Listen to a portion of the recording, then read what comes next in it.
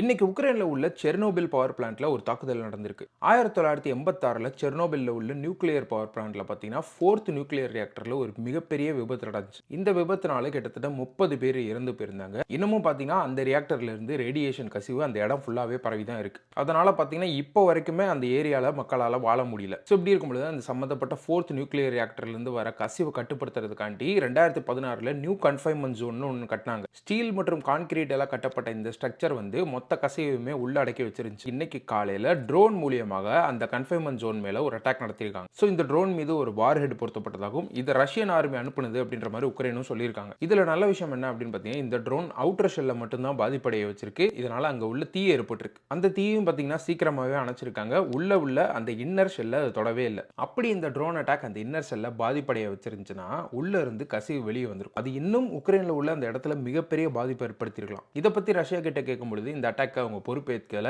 இதற்கு உக்ரைன் தான் காரணம்ன்ற மாதிரியும் சொல்லியிருக்காங்க. அதாவது இப்ப ட்ரம்ப் உக்ரைன் மற்றும் ரஷ்யாவுக்கு நடுவில் ஒரு பீஸ் டீல் கொண்டு வரதா இருக்காரு. சோ இதனால உக்ரைன் தனக்கு தானே இந்த தாக்குதல் நடத்தி இந்த பீஸ் டீலை வந்து கொண்டு வர விடாம தடுக்கிறாங்கன்ற மாதிரி சொல்லியிருக்காங்க. அதாவது உக்ரைனை பொறுத்த வரைக்கும் இந்த வார் நடந்துகிட்டே இருந்தாதான் அவங்களுக்கும் நல்லதாமா.